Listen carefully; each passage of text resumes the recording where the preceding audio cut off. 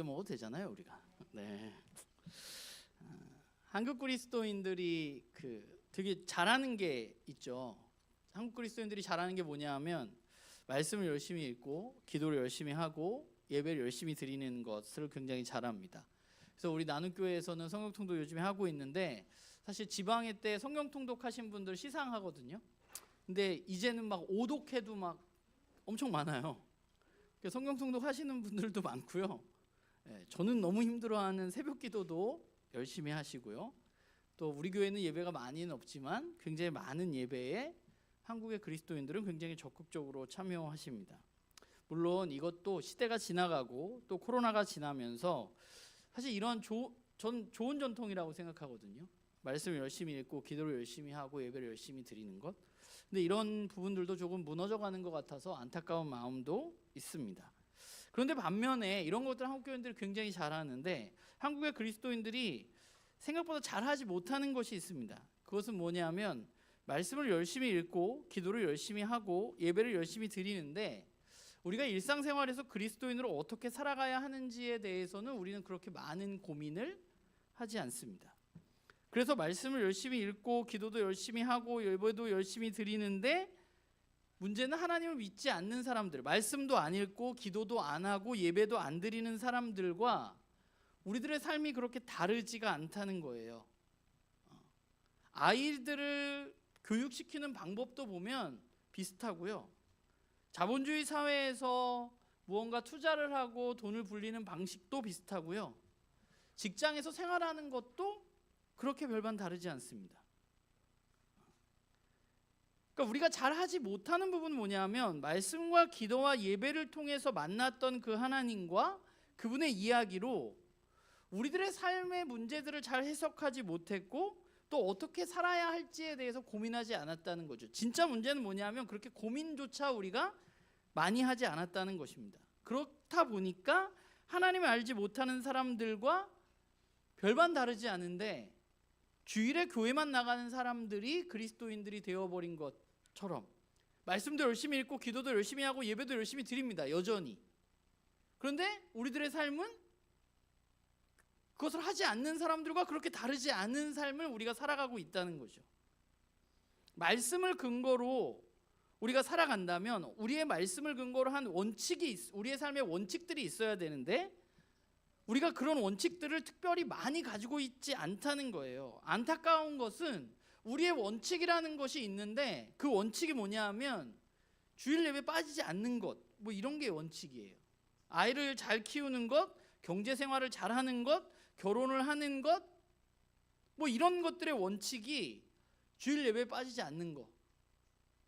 아이가 주일 예배에 빠지지 않으면 어떻게 살아도 별로 잘하고 있구나 생각하고 우리가 어떻게 돈을 벌어도 그냥 주일 예배에 빠지지 않으면 괜찮다고 생각하고 우리가 결혼을 하고 두 사람이 만나서 함께 사는데 세상 사람들과 그렇게 그냥 조건 중에 하나가 교회 다니는 것. 물론 하나님을 아는 사람과 함께 살 때 우리가 더 아름다운 가정을 기본적으로는 이룰 수 있다고 저도 생각합니다.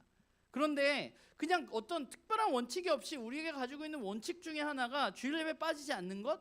뭐 이 정도에 머물러 있는 것은 아닌가 생각을 하게 돼요.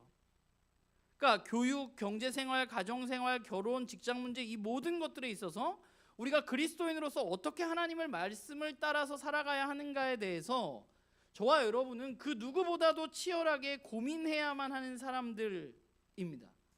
그게 답이 잘 나오지 않더라도 최소한 말씀을 붙들고 고민을 해야 하는 것이죠. 그런데 진짜 문제는 우리가 고민조차 잘 하지 않고 있다는 거죠. 교육이나 경제생활이나 가정생활이나 결혼생활이나 직장 문제나 뭐 이런 등등의 여러 가지 우리의 진짜 삶의 문제들을 우리가 바라볼 때 우리는 그렇게 하나님의 말씀 가운데 해답을 찾으려는 노력을 많이 안 하고 있다는 생각을 하게 돼요. 우리는 오히려 어떤 노력을 더 많이 하고 있느냐 하면 다른 사람의 이야기를 듣는 걸 더 많이 하고요.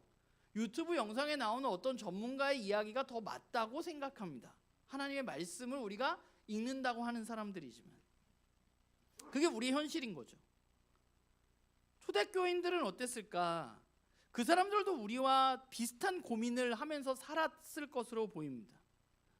그런 의미에서 보자면 오늘 우리가 읽은 본문, 오늘 다음 주에 나오는 베드로의 이야기는 우리가 갖고 있는 그런 고민들에 어떤 작은 빛 같은 것이 될 수도 있겠다는 생각을 해보게 됩니다.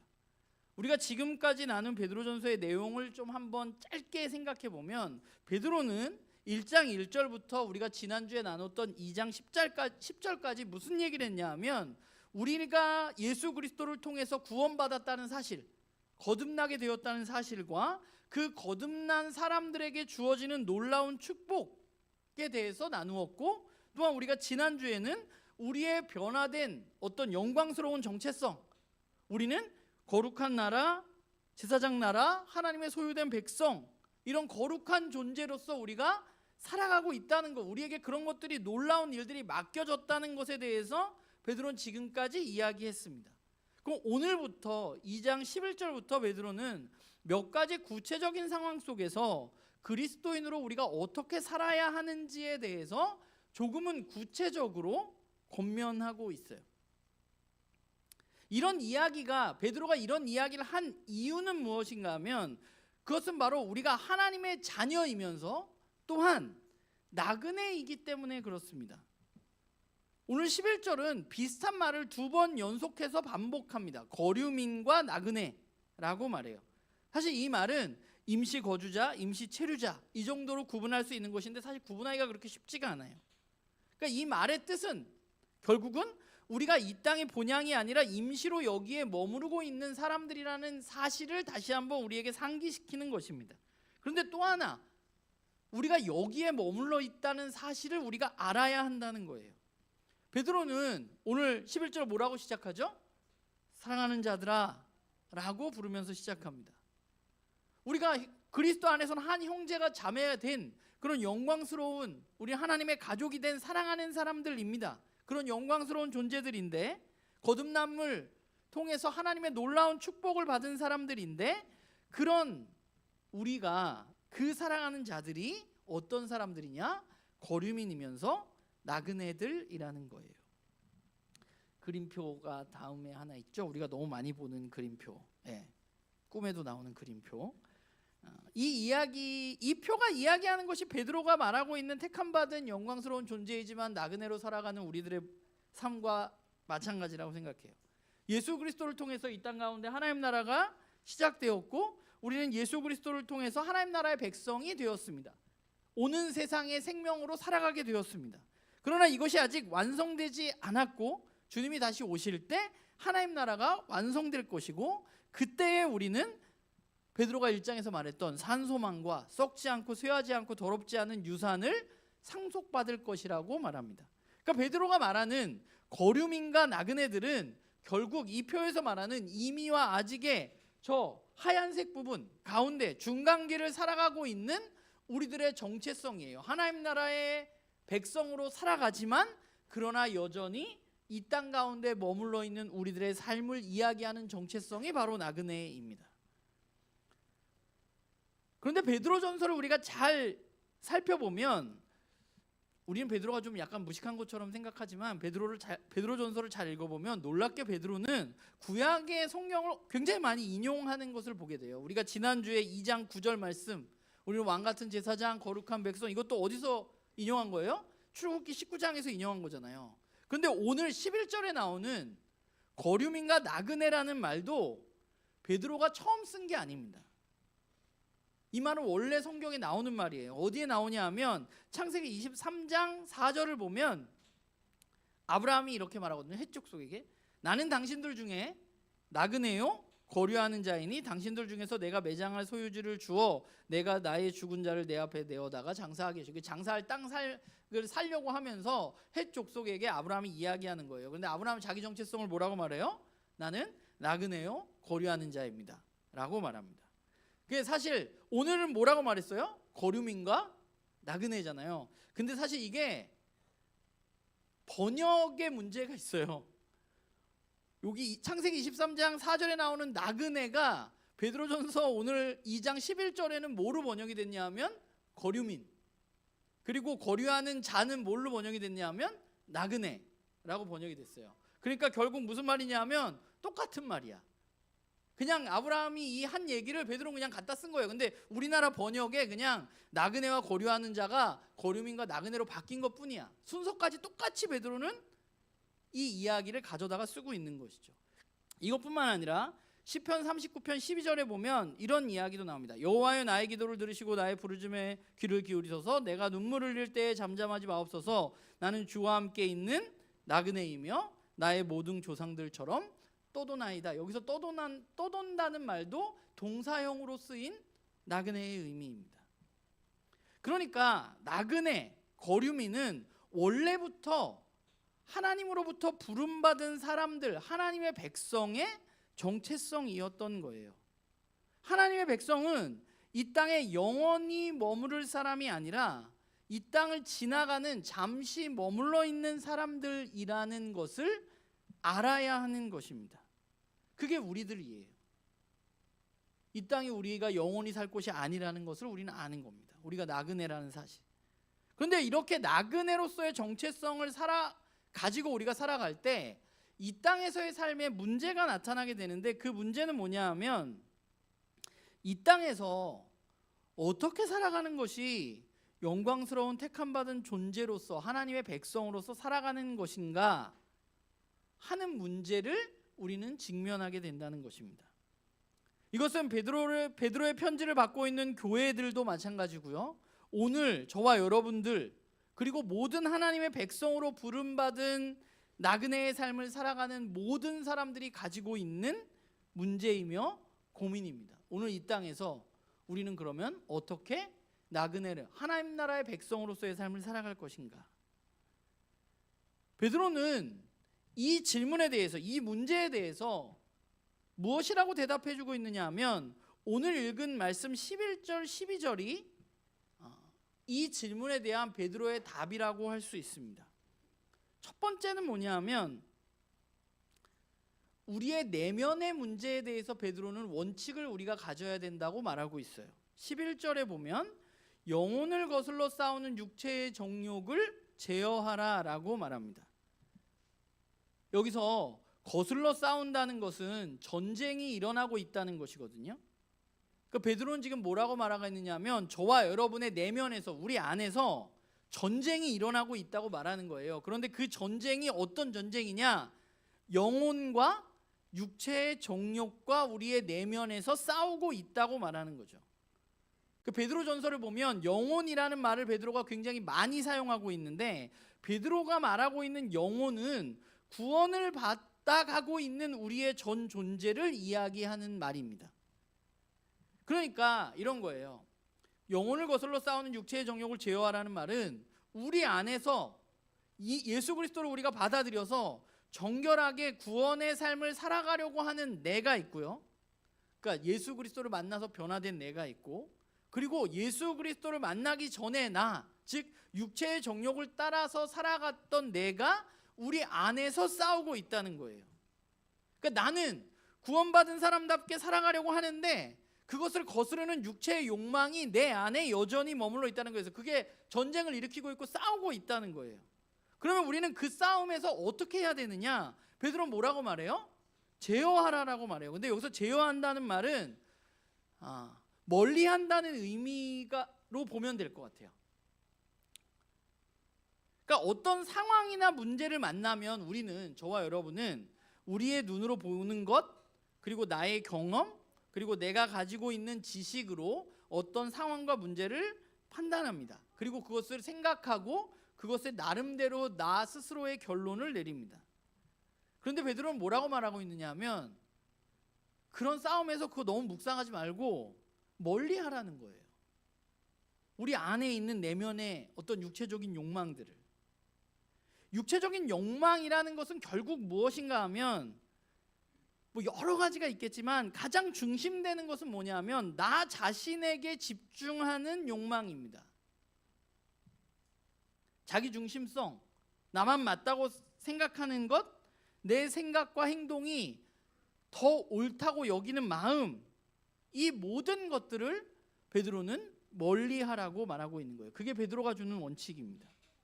우리는 우리의 내면의 문제를 먼저 이 복잡한 세상 속에서 살아가면서 해결해야 돼요. 우리 안에 여전히 내가 그리스도인이 되면 반드시 싸움이 일어나거든요. 그런데 그 싸움에서 우리는 육체의 욕망을 멀리하는 훈련을 우리는 해야 되는 거예요. 내가 맞다는 것, 내 중심적인 생각, 그런 사고, 그런 것들로 우리는 멀어지는 훈련을 우리가 해야 하는 것입니다. 그게 첫 번째예요. 그리고 두 번째로 내면의 문제가 해결되어졌을 때 그때 외적으로 우리가 해야 할 일, 외적으로 나타나는 모습이 있는데 그 두 번째 원칙은 뭐냐면 12절에 있는 거예요. 이방인 중에서 행실을 선하게 하라는 것입니다. 우리의 삶, 우리의 행동을 선하게 하라는 거예요. 여기서 이방인은 예수 그리스도를 알지 못하는 사람들입니다. 그러니까 우리 주변에 있는, 여러분 주변에 있는 신앙 없는 사람들, 예수님 알지 못하는 사람들에게서 우리는 어떤 행동을 해야 돼요? 선한 행동을 해야 돼요.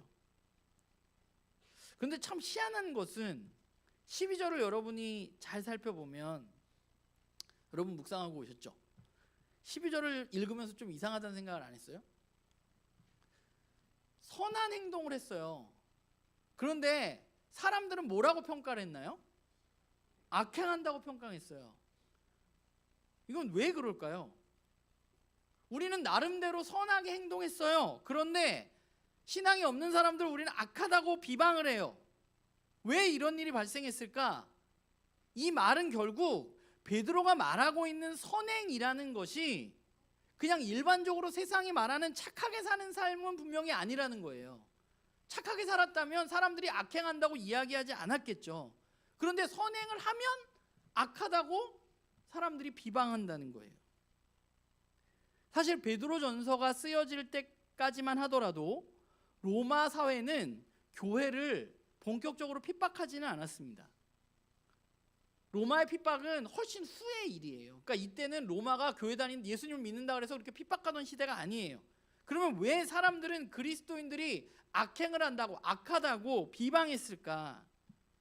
그것은 그리스도인들의 삶이 그냥 일반적으로 여기서 말하는 선행이 착한 삶이 아니라 세상 사람들의 일반적인 삶의 방식을 거스르는 것이었기 때문에 그래요. 왜냐하면 당시 그리스도인들은 사실 여러 가지 오해를 받았습니다. 우선 가장 큰 오해는 살과 피를 먹는다고 해서 그리스도인들을 인육을 먹는 사람들이라고 사람들은 생각해서, 이게 사람들이 되게 은밀하게 모이고 자기네들끼리 살과 피를 나눈다고 하니까 인육을 먹는 그런 미개한 사람들로 생각했어요. 그리고 또 하나는 모든 사람을 형제 자매로, 하나님의 가족 안에서 형제 자매로 부르고 입맞추기 때문에 동성애자들로 오해하기도 했습니다. 그런데 이런 것보다 사실 더 근본적인 문제가 하나 있는데, 그게 뭐냐 하면 당시의 사회는 다신교 사회였다는 거예요. 신들이 많았어요. 그리고 그 신들마다 신전이 있었어요. 그리고 사람들은 그 문화 안에서 신들에게 예배드리고 거기서 축제도 하고 거기서 즐기기도 하고 술도 먹고 사람들도 만나고 거기서 나온 고기도 먹고 그걸 또 시장에다 팔고 이런 일들이 있었다는 거예요. 그게 오늘 우리가 생각하는 어떤 제사를 지내고 다른 어떤 종교적 활동이 아니라 그냥 그 사람들에게는 그게 삶이었어요. 신전 안에서 무언가 행하고 즐기고 즐겁게 보내고 성적인 욕망을 해소하고 고기를 먹고 이런 것들이 일상이었다는 거예요. 그러니까 모든 사회적인 시스템이 신전에서 예배드리는 것과 매우 깊이 연관이 되어 있었습니다. 그런데 문제는 뭐냐면 그리스도인들이 그것을 거부했다는 거예요. 그래서 당시의 사람들은 그리스도인들을 뭐라고 불렀냐 하면 로마 문서에 보면 무신론자라고 불렀습니다. 왜냐? 신이 없다고 생각한 거예요, 쟤네들은. 왜냐하면 우리처럼 신전에 나와서 예배하지 않기 때문입니다. 그러니까 다신교 사회의 종교 생활을 오늘로 말하자면, 이게 적절한 비유가 될 수 있을지 모르겠지만 오늘 우리가 살아가는 사회의 일반적인 시스템, 자본주의 시스템 같은 거예요. 우리가 벗어날 수 없는 그냥 그 속에서 살아가는 거예요. 그런데 그리스도인들은 어떤 사람들이었냐? 그걸 거스르는 사람들이었어요. 왜 그렇게 살았냐? 하나님의 영광을 위해서 그 사람들은 그렇게 살았어요. 주님을 위해서. 그들은 주님이 다시 오실 것을 믿고 있었고 그날에 그분께 영광을 돌리고자 하는 삶을 원했기 때문에 이 땅에서 선행을 행했는데 그 선행이라는 것이 그냥 착한 일이 아니라 세상의 시스템을 거스르는 행동을 그들이 하면서 살았다는 거예요. 그래서 악행한다고 비방을 받기도 했다는 것입니다. 그게 그리스도인들의 당시의 삶이었습니다. 베드로는 우리 안의 문제, 육체의 욕망을 멀리하라는 첫 번째 해결책과 또 하나는 악행을 한다고 이야기하더라도 그들 가운데 지속적으로 선을 행해서 그들 가운데 하나님을 드러내라고 말하고 있습니다. 이게 베드로가 말하는 세상 속에 살아가는 나그네들의 삶의 중요한 원칙입니다. 그러면서 베드로는 13절부터 3장 7절까지 조금은 구체적인 이야기를 나누고 있어요. 어떻게 하는 게 선행을 행하는 건데, 어떻게 하는 것이 선한 삶을 사는 건데 라고 말하고 있거든요. 그래서 오늘은 그 가장 첫 번째 부분만 나눌 건데, 가장 먼저 이야기하고 있는 부분은 뭐냐면 우리가 살아가는 사회 시스템 안에서 우리는 어떻게 살아야 하는가 하는 것입니다. 오늘 13절과 14절을 보면 베드로가 결론적으로 말하고 있는 내용은 뭐냐면 인간의 모든 제도를 주를 위해서 순종해라 라는 거예요. 왕이나 총독에게도 순종해라 라고 말하고 있는 것입니다. 사실 오늘 13절에서 17절까지의 본문은 오늘 한국 기독교에서 굉장히 많은 오해를 불러일으키는 본문 중에 하나입니다. 그래서 저도 사실 그냥 좀 넘어가고 싶은 본문 중에 하나예요. 근데 오늘 본문을 자세히 살펴보면 당시 사회는 어쩜 오늘처럼 이렇게 우리 사회는 여러 가지 제도와 법칙들이 있잖아요. 그런데 당시 사회는 그런 제도와 법칙이 막 확립된 사회는 아니었어요. 그래서 당시의 사회에서의 가장 큰 권위는 누구에게 있어요? 판결의 권위는 누구에게 있나요? 황제에게 있습니다. 그리고 총독에게 있었습니다. 그러니까 당시 사회를 생각해 보자면 총독이나 황제로 대표되는 어떤 제도와 공권력이 있었습니다. 그러면 우리가 여기서 한 가지 생각해 볼 것은 인간 세상을 생각해 봤어요. 저와 여러분이 살아가는 이 사회에서 생각해 봤을 때 어떤 제도라든가 뭐 오늘날로 말하면 법과 같은 것들, 이런 것들이 왜 생겨나게 될까요? 왜 생겨났을까요? 사람들끼리 그냥 모여서 살았잖아요. 처음에 그냥 모여서 살다가 왜 규칙이 생겨나고 왜 제도가 생겨나고 왜 왕이 생겨나고 왜 법이 생겨났을까요? 왜 법을 만들었을까요? 사람들은 왜 규칙을 만들었을까요? 우리가 이렇게 지키자고. 그것은 악한 사람이 벌을 받기 위해서입니다. 사회가, 인간이란 존재 자체가 모여서 살다 보니까 힘이 센 놈이 약한 놈을 괴롭히는 거예요. 막 뺏어. 뭐가 필요해요? 제도가 필요하죠. 법이 필요해. 규칙이 필요해. 너 남의 거 그렇게 뺏으면 안 돼 라는 규칙이 필요하죠. 그런데 그 규칙을 어떻게 해야 돼요? 집행할 누군가가 필요해요. 그래서 권위라는 게 생기는 거거든요. 그러니까 잘 생각해 보면 사람이 살아가는 세상 속에서 14절에 나와 있는 것처럼 여러 가지 제도들이 생긴 이유는 악한 자를 벌하고 선한 자를 포상하기 위해서 사실은 제도들이 만들어진 것입니다. 법이 만들어진 이유도 마찬가지예요. 못된 사람 벌 주기 위해서 만들어진 거예요? 아니에요. 그래서 그렇게 살지 말라고. 우리 사회는 그렇게 사는 사람은 나쁜 사람이야, 그렇게 사는 사람 건 올바르지 않아 라는 것을 알려주기 위해서 법이 만들어진 거잖아요. 그러니까 베드로가 말하는 권위에, 제도에 순종하라는 의미는 이런 의미에서 볼 수 있어요. 악을 벌하는 일반적인 사회의 제도 안에서 우리는 그 제도 시스템 안에 순종하는 삶을 살아야 된다고 말하는 거예요. 여러분, 인간이라는 존재는 놀랍게 순종하고 싶어 하지 않는 모습을 가지고 있습니다. 누군가에게 순종하는 것을 극도로 싫어하는 게 인간입니다. 순종한다는 것은 우리의 본성을 거스르는 거예요.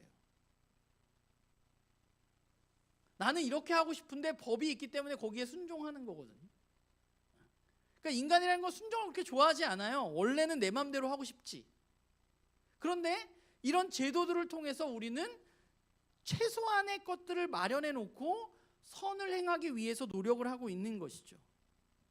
16절을 보면 베드로가 뭐라고 말하고 있느냐면 너희는 자유가 있으나 그 자유로 악을 가리는 데 쓰지 말라라고 말합니다. 이 말이 무슨 의미냐면 이런 거예요. 베드로는 어떤 악을 제어하기 위해서, 선을 행하기 위해서 만들어진 권위에 대해서 하나님이, 온 세상을 만드신 하나님이 나를 부르시고 나를 택하시고 나를 자유하게 했으니까 나는 이런 건 지키지 않아도 돼 라고 말하지 말라는 것입니다. 15절을 보면 이런 사람들에 대해서 뭐라고 말하고 있느냐면 그런 사람들은 오히려 어리석은 사람들이라고 말해요. 하나님이 주어진 자유를 방종으로 살아가는 사람들, 권위를 무시하는 사람들, 그 사람들은 어리석은 사람들입니다. 오히려 권위에 순종하는 사람들에 대해서 선행하는 사람들이라고 말하고 있어요. 그리스도인이라는 존재는 이 세상을 넘어서는 존재임에는 분명하지만 이 세상에서 마음대로 살라고 부름받은 사람들은 아닙니다. 나는 이 세상의 창조주이신 하나님이 선택한 사람입니다. 그리고 하나님이 나에게 이렇게 말씀하셨습니다. 이것이 하나님의 뜻입니다 라고 말하면서 인간 삶에 악을 벌하고 선을 권하는 법을 마구 무시하지 말라는 것입니다. 그게 그리스도인의 삶의 모습이어야만 합니다. 최근에 정치적으로 한국 사회는 굉장히 혼란한 상황 가운데 놓여져 있습니다. 그 상황에서 매우 불편하게 법원에서 난동을 부린 사람들 가운데 대부분이 교회에 다니는 교인이라는 기사들을 만나게 됩니다. 그 사람들이 말하는 게 뭐예요? 하나님의 뜻이에요. 하나님의 뜻이라고 말하면서 말도 안 되는 국민 저항권이라는 이야기를 하면서 악을 벌하고 있는 사법 체계를 무너뜨리고 있는 것입니다. 그런 사람들에 대해서 베드로는 이야기하는 거예요. 그게 우리의 삶이 아니라고. 물론 조금 전에 이야기했던 그분들이 정상적인 교회에 다니지 않는다고 우리는 이야기할 수 있을지 모르지만 반면에 많은 한국 교인들 중에 비슷한 생각을 갖고 있는 분들도 있습니다. 이런 말도 안 되는 일들이 벌어지는 세상이지만 사실 오늘 본문은 어떻게 오해되느냐 하면 그 반대로 오해되는 경우이기도 해요. 권력과 법이 사회적인 약자들에게 불평등하게 대하는 일을 바라보면서 교회가 그래도 국가 권력에 순종해야 한다고 그렇게 하나님 말씀이 쓰여 있지 않냐고 이야기하는 경우들도 있습니다. 주로 이렇게 쓰여요. 그럼 왜 베드로는 그런 의도가 아니었는데 왜 이런 오해들이 생겨났을까요? 왜 그리스도인들은 하나님의 뜻이 하면서 법을 무시하기도 하고 하나님이 만드신 창조물, 피조물들인 인간이 어떤 권력에 의해서 고통받는 것을 바라보면서 말씀에 이렇게 쓰여져 있으니까 우리는 말씀을 따라야지 괜찮아 라고 이야기하는 것일까? 왜 이런 오해들이 생겨났을까?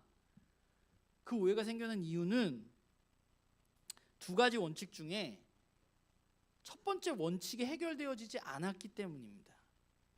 영혼을 거슬러서 싸우는 육체의 정욕을 전혀 멀리하지 않았기 때문에 내가 하고 싶은 대로 내 육체의 욕망을 따라서 말씀을 해석했기 때문입니다. 베드로는 우리에게 그런 이야기를 하고 있는 게 아니에요. 내 마음에 드는 권력이면 무조건 복종해야 돼 라고 말하거나 마음에 들지 않는 권력이면 무조건 하나님이 자유를 주셨으니까 라고 주장하라고 베드로가 이 말씀을 한 것이 아니라는 거예요.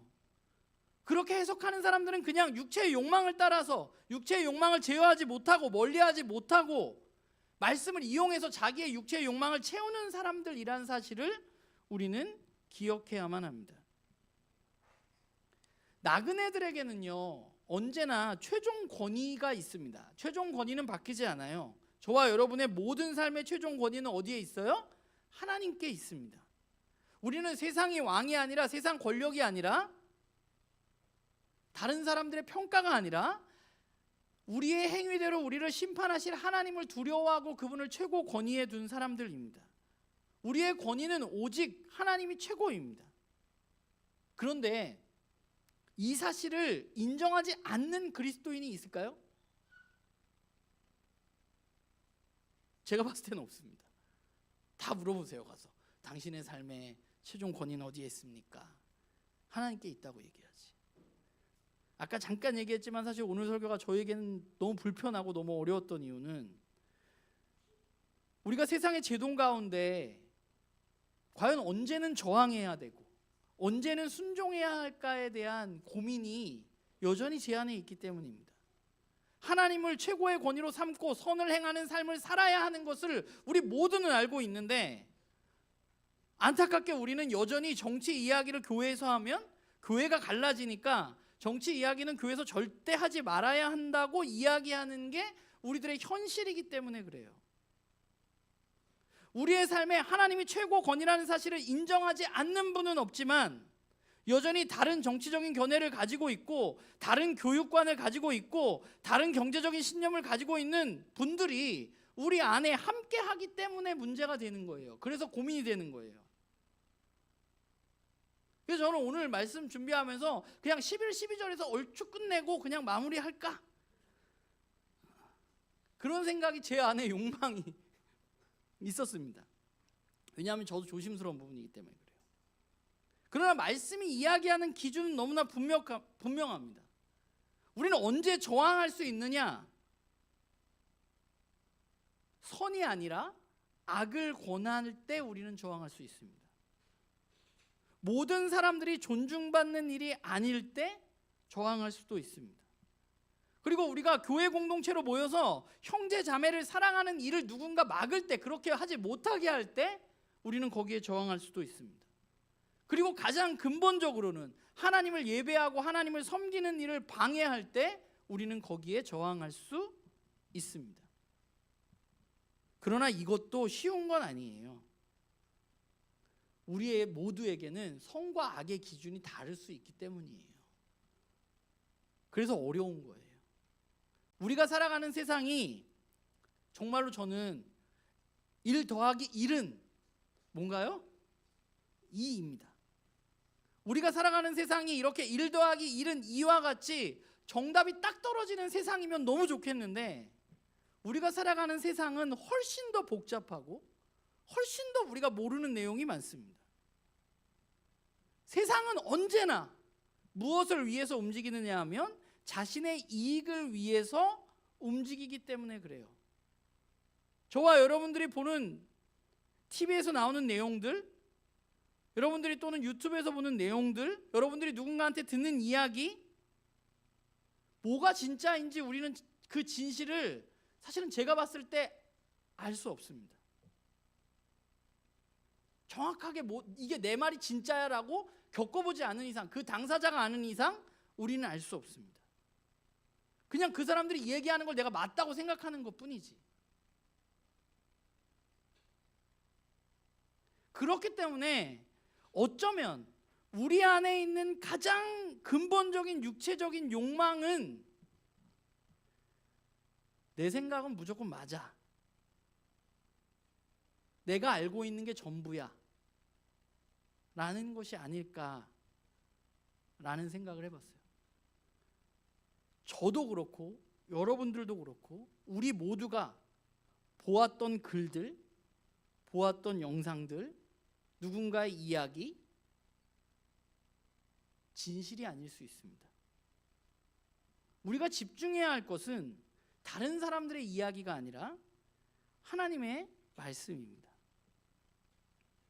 사실 저는 교회 공동체가 이 세상에서, 대한민국 사회에서 유일하게 정치적인 이야기가 가능한 곳이라고 생각합니다. 왜냐하면 우리는 육체의 욕망을 멀리하는 사람들이기 때문에 그렇습니다. 그런데 만약에 저와 여러분이 나의 육체적인 욕망을 제어하지 못했다면, 그것을 멀리하지 못했다면 여기도 안전하지는 않습니다. 내 생각이 맞다는 생각을 우리가 내려놓지 않는 이상, 내가 알고 있는 게 전부야 라는 세상을 내려놓지 않는 이상 우리는 누구와도 대화할 수 없고 누구와도 이야기할 수 없고 그 이야기가 분열을 조장할 뿐입니다. 우리가 해야 할 일은 언제나 그렇지만 하나님의 말씀에 집중하는 것입니다.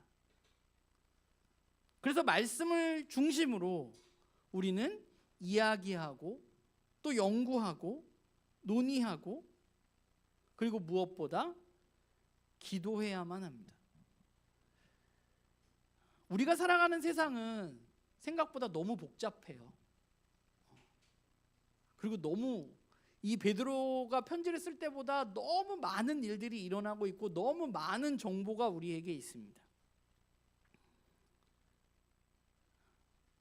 결국 우리가 이 땅 가운데 사랑하는 자들이지만 나그네로서 이 땅을 살아가는 우리 가운데 우리가 해야 할 일은 조금 전에 이야기했던 그런 일들을 우리가 훈련하고 기도하는 것, 그것이 우리에게 지금은 필요한 것 같아요.